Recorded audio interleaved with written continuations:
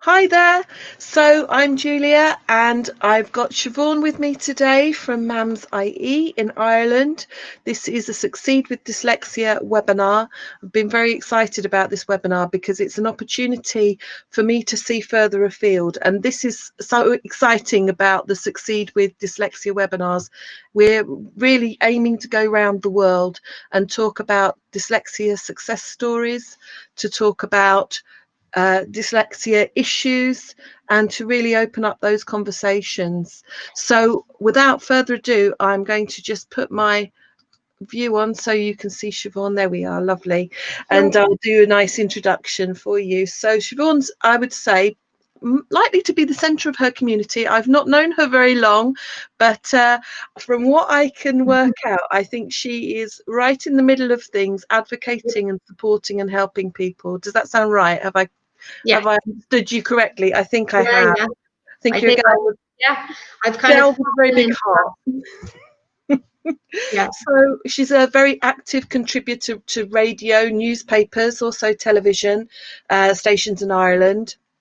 I think her house must be incredibly busy because she's got 4 young children, and she seems to be one of these mums who enjoys being right in the middle of the hurly-burly in that and with her friends and in the community.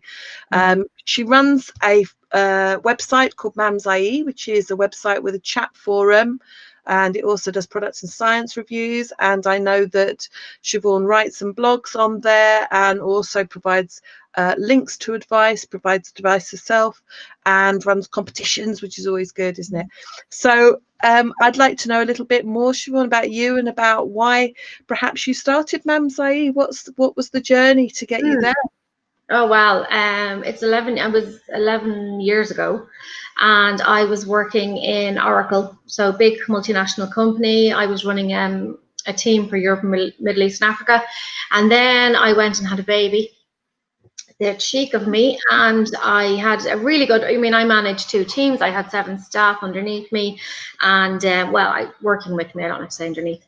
And I was over to the States every couple of months. 2 weeks before my wedding, I had to go to a conference in America that they couldn't host without me. I was very important in my job and my company.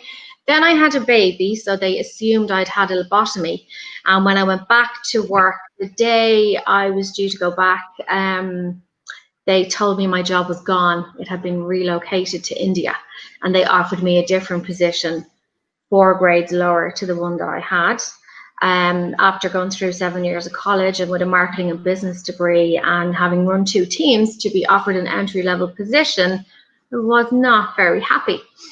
I thought I was going to go and march against the company and start a protest all through Dublin city centre, and I went and saw a solicitor, and he said, well, did they cut your wages? And I said, no, just my job responsibilities title. Well, then you probably lose if you go to court. Give it up. And so they offered me redundancy, and that was it. I left, and I was so unhappy and upset. And just because I'd had a child didn't mean that I wasn't a valuable person in the workplace anymore. And this kind of stuff is still going on, unfortunately. And I accidentally fell into running a website. I started to write for some newspapers, some magazines, and I was so outraged at this happening. And then I had a miscarriage, and I was really upset at the way hospitals dealt with it, people dealt with it, and I was really upset about that. I wrote a book about that. I wrote lots of articles about that. And then the website, we'd started the website. And it was actually, I work it all around my children. So at that stage I'd had 2 children, and I was able to work in the morning time when they were having their naps, and then I'd put them to bed in the evening, and I'd go back and do a little bit of work. So for the last 12 years I've been working everything around them. So I'm that mommy that I've been sitting in the TV studio with a baby on the boob, breastfeeding, and then literally we're going to roll in 5 seconds, and I hand the baby to my mom, and then I lipstick and off I go. So really multitasking, like really multitasking. And that's what it is like when you're a working mother, whether you're working in the home, out of the home, whether your job is looking after your kids, you just never get a minute. I did a radio interview a few weeks ago in the laundry room, with the door locked, because it's the only room in the house the children won't go looking for food or treats, because it's just got the washing machine in there. That's the reality. About 6 years ago, my daughter had started school, and I had 2 older children who had been doing great in school, never had a problem with reading or spelling or anything like that.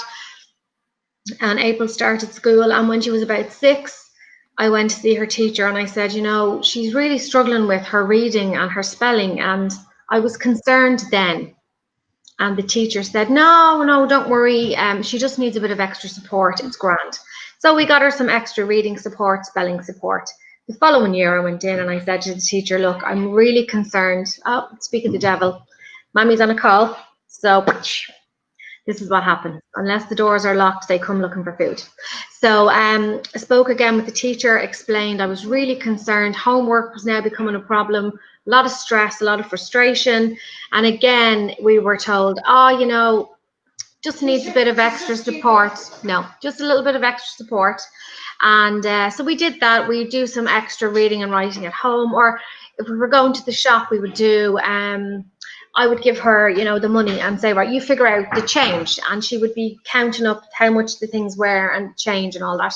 We did everything we could think of doing. This went on for 5 years, and we kept on asking. I went to the principal. I kept on asking. I'm really concerned. Could she have dyslexia? Nobody in my family had dyslexia. I had no awareness, but I knew enough to know that all of the problems we were having were all signs of dyslexia. But school put in support. So what support did they put in? Literally, she was taken out of her main class to go to a maths class and a reading class twice a week. Okay. And was that specialist support to help her make those improvements? Yeah. So there might be 6 kids in that support class. So they were getting more attention than they would have got in the classroom. But it wasn't addressing the real issue. I mean, it's fine to sit down with her for 20 minutes and do extra concentrated maths or reading, but that's not working with her dyslexia. So at this point, we were still being told, not dyslexia, not dyslexia. I guess that might have been because the teachers working with her might not have had the specialist knowledge to actually recognise it themselves. That is very, very true, because what happened then was she got a teacher in 5th class, so she was 10, and 10 going on 11, and his brother is dyslexic, and he's grown up his whole life being completely aware of dyslexia. Within maybe 6 weeks, he rang me and said, I think April is dyslexic.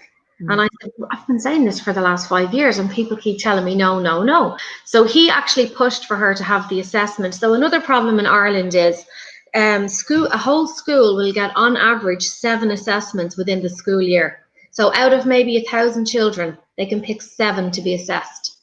April was not in that 7. And this teacher pushed for her 7. We know that there's about, on the scale, a scale of dyslexia, there's probably going to be 7 children within every 30 who are on that dyslexia scale, you know, from mild to quite severe dyslexia. It's such a common problem. So to have 7 assessment forms or whatever it is, sections, chances to see the educational psychologist or have that assessment with somebody who's got the appropriate qualification. Like, part of the problem, I think, is that there aren't enough people who are qualified to diagnose. It is a diagnosis. And actually there was, I think it was about 10 years ago in the UK, there was something called the Rose Review, and the Rose Review was a really fantastic report. It's still really good guidance. Okay. But at the time, there was an opportunity for teachers to have training to become AMBDA qualified professional teachers, and it increased the number of teachers who were able to make that diagnosis work. So that was great, but we're now through on another cycle. If you think you're 10 years on in the UK, we've now lost, I was one, so we've now lost a number of these professionals because they've retired, or maybe they moved on, or they've gone on to do other things. And so you've still got a gap. That it seems there is never enough support to do the identification. And you know, and I know that that identification has got to happen at the right phase for children, Yeah, or it demoralizes them. it really does, because we were repeatedly told, no, no, no, it's not dyslexia, it's not. And then every day after school, I would do homework with her, and I made sure to free up my day for that period of time. So if I was working in the morning and the evening, we would do homework, and a homework should take 20 to 35 minutes. We were taking an hour and a half, and we weren't getting it all done. And pretty much 3 or 4 days out of 5, it was ending in tears. And I felt helpless. I was trying to help her, and she just felt she could do it. And she would say to me, I'm just dumb, I'm just stupid. And she's so clever. So hearing your child saying that about themselves when they're so clever in so many ways is really demoralizing. And if we hadn't got that teacher whose brother had dyslexia, we might not even be here having this conversation, because I could still be fighting to actually have her assessed. And another thing is, there is in Ireland, you can have your child privately assessed. So if you're concerned and your school is not equipped to have the test done, or they're fobbing you off and you're concerned, you can have that done privately at a cost of €400. But then the school doesn't have to recognise that, because it's not coming from the Department of Education. The whole system, it's so badly set up. It's really, really frustrating. And I'm working with politicians. I mean, I'm having this raised in the Dáil, which is our House of Parliament, because the stats we're working with here, we're saying 1 in 10 children is dyslexic. Well, it's probably higher than that. But even 1 in 10 is a huge number of children, and they're not getting the support that they need. And for parents, it's so heartbreaking and stressful to see your child struggling. And I mean, even some days she'll say, what's the point? I won't go to college. Why would I go to college?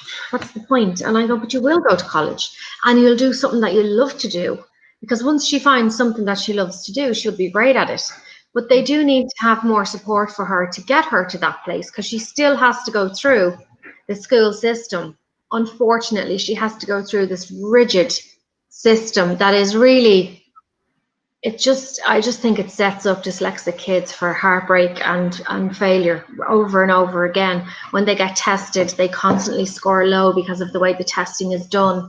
So trying to tell your child, don't take that personally, when all of her friends are scoring 6 and 7 and 8 out of 10 and she's scoring 2.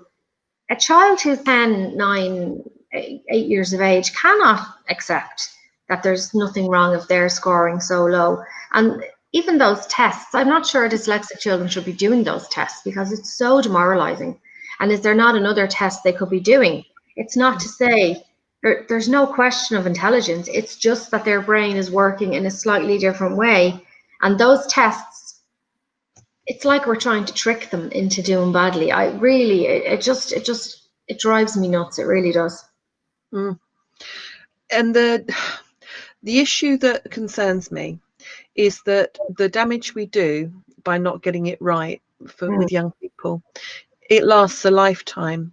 Now, there are wonderful success stories of dyslexic people who overcome their difficulties with tenacity, because they are determined. And I am sure that April will be one of these children who will find her thing, and she'll grab it with both hands, because she's got great parents to steer her in that direction. And you are telling her she is a wonderful, bright, fantastic young person with so much to give the world, and she's very lucky to have that energetic support from you. But there will be many, many children who perhaps don't have that, and who may not have that same kind of support and understanding.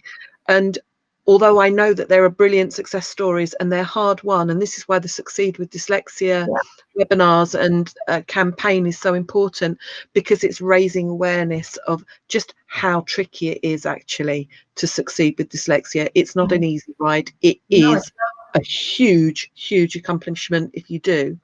And if you follow it, actually, the whole picture, there are many, many dyslexic learners who end up in the criminal justice system because they've never been able to engage the way that they want to. And very often People with dyslexia are also very creative, very imaginative, can work out how to spin a fast buck, or however they're going to do it to survive. Yeah. And that might involve criminal activity, and then that might involve imprisonment. So the story,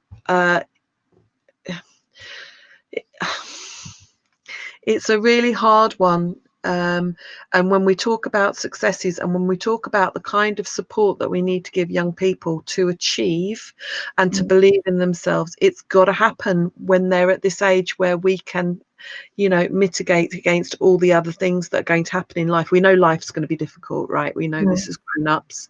And so we need to equip our young people and give them the tools to be able to cope with that, because for sure life's going to be difficult. And so we need to give them the tools to be able to cope right from that early stage. And the work that you're doing in Ireland with the government is crucial, in the same way that we have an APGAT. It's all parliamentary group for dyslexia in the UK, and it sounds like you're involved in something very similar. And there's been so much important research that's coming through, that's telling us that the cost to society, the cost to people who have dyslexia, it's in the millions and millions and millions, people who can't acquire that basic literacy. And in my view, I think you're going to pay for it in society. You're going to pay for lack of literacy support at some point. So why don't we invest in our young people at this phase where they really need that support, when they can build their confidence and feel like they are able to achieve and succeed, rather than later on waiting. I know it's the problem, though, that's common sense. And common sense is not that common. Until I have been lobbying politicians and I've been told they're going to raise this in the Dáil and it is going to be up for discussion. To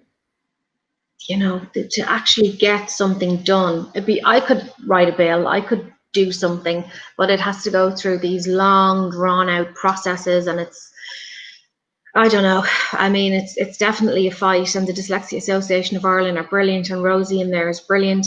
There just needs to be more done, but the teachers need to know more, that they can actually spot it. Parents need to know more as well, that we can spot it. And there's just not a lot of support. There's not a lot of workshops, or there's not a lot of places that you can go to learn, is there a better way to do homework with a child who has dyslexia? So as a parent, you're just doing what you've done with your other children that has worked for them. And then you have this challenge, I suppose, and you just don't know what is the best way. And the pen really does come into that, because it does give the child independence. So rather than them asking, what's this word, what does that word mean, which sometimes they don't want to constantly be asking those questions, that is good. So yeah, there she is there. We do, and like, she'll use that with her David Walliams books. So if she's stuck on a word where she would previously have skipped the word, she would have just, and then maybe the sentence didn't make sense or the paragraph didn't make sense. But when you have the pen with the dictionary there, then it is making sense, and that's given her the independence to do that by herself. The same with homework, it's given her that independence. So it is definitely something positive, and something that I would recommend for families where the child has dyslexia. I just wish schools were more supportive, and that schools were buying the pens as well, because I think schools should have them anyway. And then for secondary school, they need to be able to use them when it comes to exam time, and different schools have different ways of doing things. So I need to make sure that she's able to use that when it is time for her to do exams, and if she does need it, she has the permission to use it. So that's the next challenge, I suppose, or the next fight that we have to fight for her, that makes sure that she can use it when she needs to use it. Well, as we're talking about scanning pens, I'll do some signposting, Siobhan, because it might be that the people who are watching this webinar would like to know about resources and information that's available. So I would just say that the scanningpens.co.uk website is very good for information about the pens. If you don't know about them, they are pens that will read back. In their simplest form, they are word scanners, and there is as Siobhan rightly says, a pen that can support children to get through exams, and it's improved by the exam board as a non-access arrangement. And the great thing about that is that it means that young people who are using the pen in the exam are not being tested on their ability to read the question. They're being tested on their ability to answer the question, which is what we want to know. These children are bright and we want to know what they know. That's really what the measure of that success criteria, that examination should be, isn't it? I would suggest anybody who is looking for resources, information and support, you will find a lot of information if you go to the resources section of Scanning Pens. And you were talking about training and support. I've actually been involved in creating some videos around training and support. And there is something called the Literacy Passport, and it's a document that is helpful for parents to look at, but also for teachers if they've got a group of children in front of them, so they can start to identify what learning needs they're seeing in front of them in a group of children, so that they can identify different strategies. It would be wonderful if all schools were dyslexia friendly schools. That would be fantastic, because what we know is when schools are dyslexia friendly, they support every learner. So that training is not wasted on those teachers, and the benefits are not wasted on any child. It's good practice. It's good practice to have in a classroom a presentation that every child can see and access. And we still have resources and materials. The times I've seen sort of handouts that you know, like the dog's eaten them first, and you can barely read the text because it's minuscule. None of this helps any learner. And so there are some things, very basic things that we can do that support all children to get better access to learning. And this business of assistive technology, of which Scanning Pen is one, there's dictation tools, various other things that it's possible to support children with, and a lot of them are free tools if you happen to have the laptop that's got the Microsoft or the Google or whatever the platform is. The accessibility tools are all there. So the question is, why aren't we just making this available? I think things are changing with COVID. I think schools are being forced to do this blended learning now, and you have to provide work that is accessible from home. But I don't think everybody's getting it right, and I think a lot more support is needed for teachers and for schools to understand how they actually meet the needs of children, particularly with the SEN and particularly with dyslexia. Because I was speaking to someone in Blackpool. I was speaking to someone in Blackpool this week, lovely lady working at the local authority, and she said what COVID has done is it has revealed where effective teaching hasn't happened for children in school. Because when you ask the teacher the question, how are you supporting the child in school to manage their dyslexia or their learning difficulty, and the teacher cannot identify that, how then can they identify how they're supporting that child when they're learning at home? Yeah, we found that with April. So my husband and I we've both been home since the COVID happened, and I basically took over schooling of the 8-year-old, and he took over schooling of the 12-year-old. Right now she's 12, and she was really struggling in a lot of topics, particularly maths, and he was so patient with her, and he explained things to her, and the way she learned in the last couple of months, I really don't think she was learning her maths at all with the way the teacher was teaching it.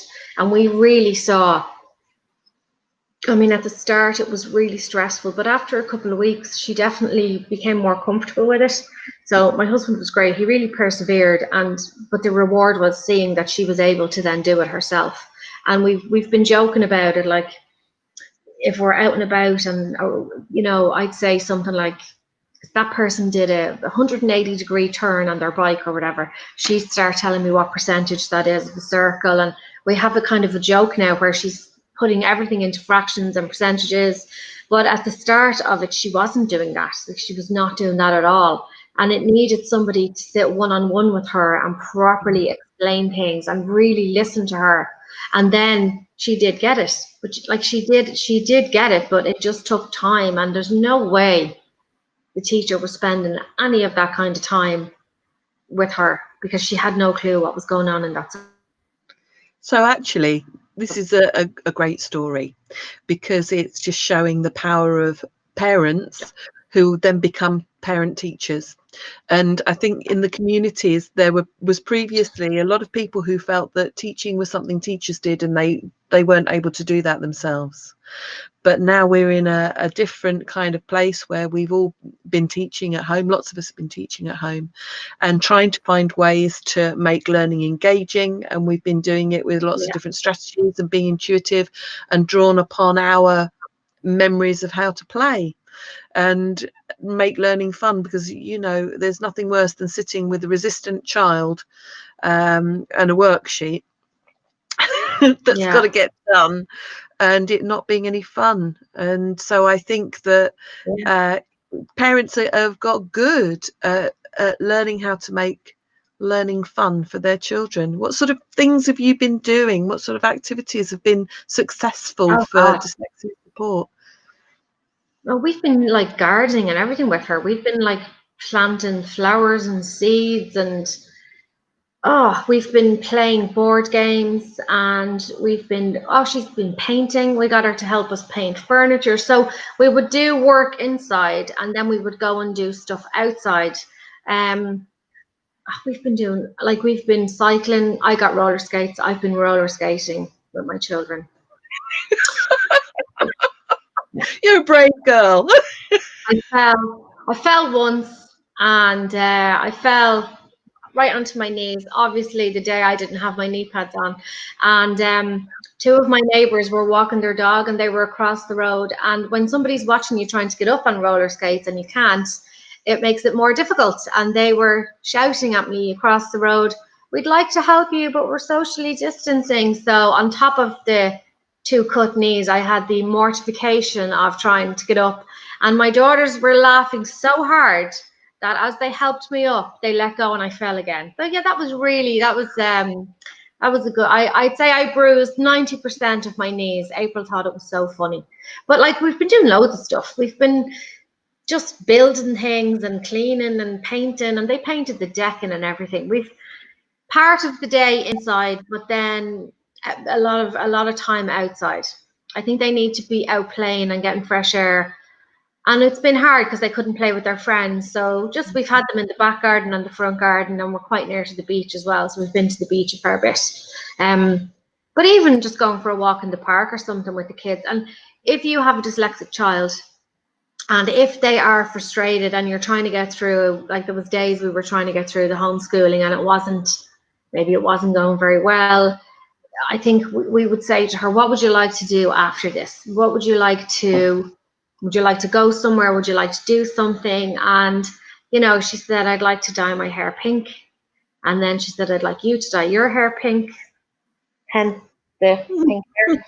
So we've had pink hair, we've had blue hair, but I don't mind doing things like that, because I think it gives her a little bit of control that she can pick things that we can do after, and and we reward her as well. Like when she's put in a good day and she's done really well in her maths, we'll say, right, come on, and we'll go and get an ice cream or something like that. So trying to take away the pressure of the schooling. And we agreed with her teacher that because she has dyslexia, we wouldn't expect her to do 100% of the work, because the teachers were giving a huge amount of work.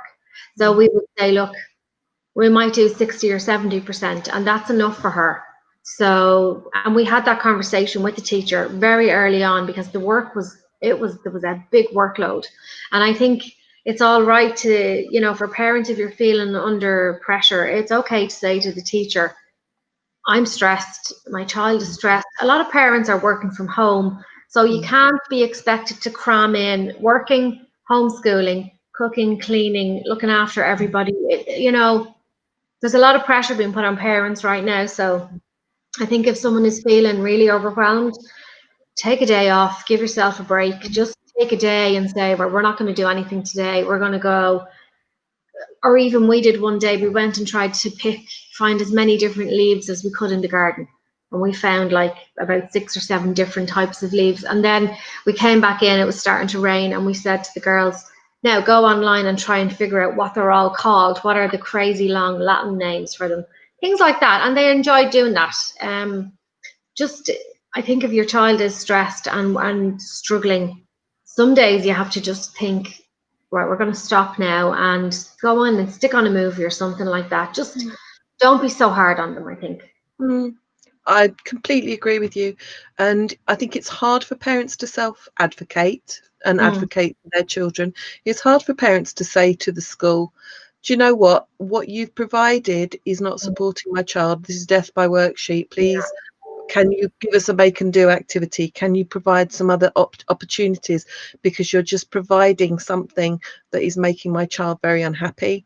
And parents don't tend to advocate and do that. And actually, it's important that we do, because we need to share that there needs to be a range of different learning opportunities that are going on. Definitely. And actually, we can take some power back. And so we might say, okay, do you know what? Today we're not doing that curriculum stuff, but do you know what's really important? Bandaging mum's knees is pretty important. So we're going to learn first aid today, and we're going to get out the first aid kit, and we're going to do bumps and bruises and cuts and scratches, or burns or scalds or whatever.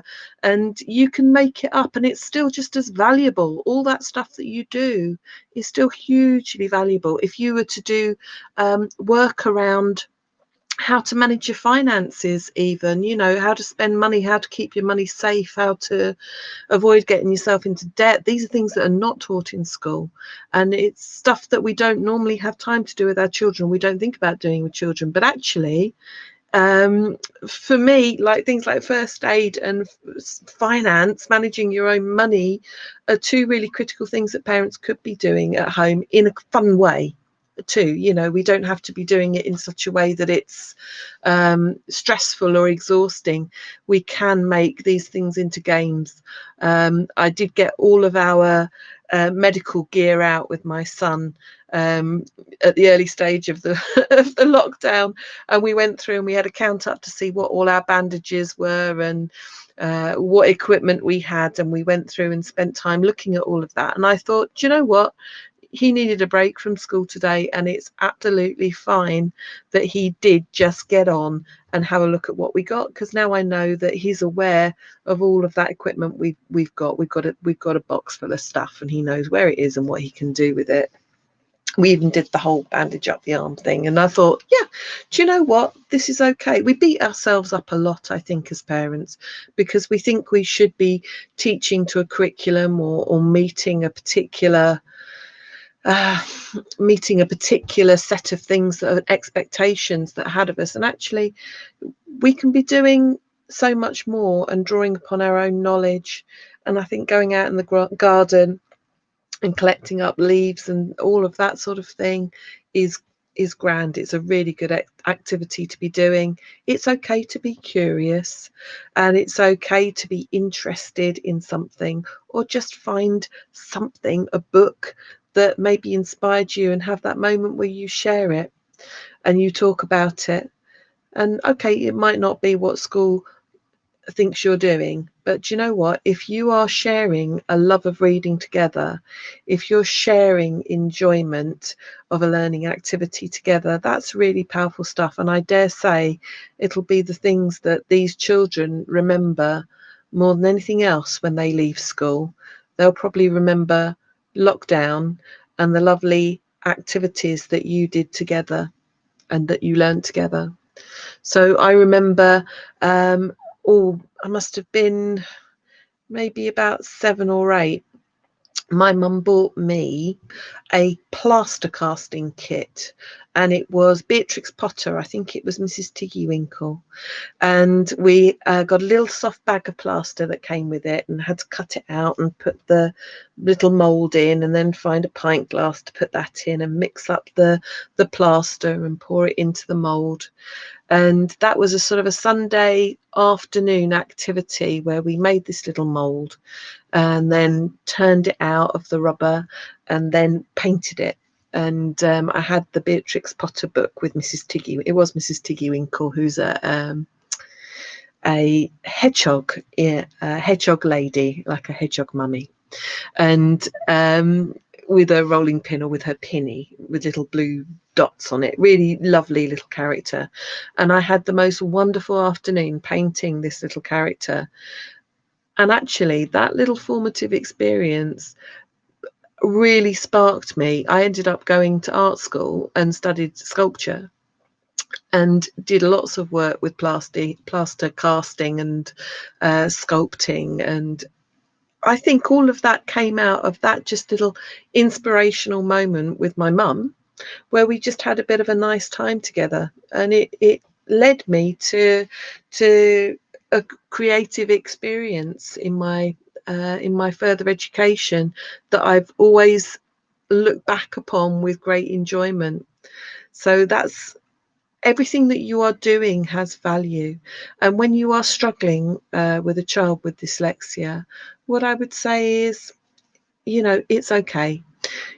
There are going to be days when it's really tough, and take a break, do something you're going to enjoy together. And it's usually with dyslexic children, they really appreciate make and do.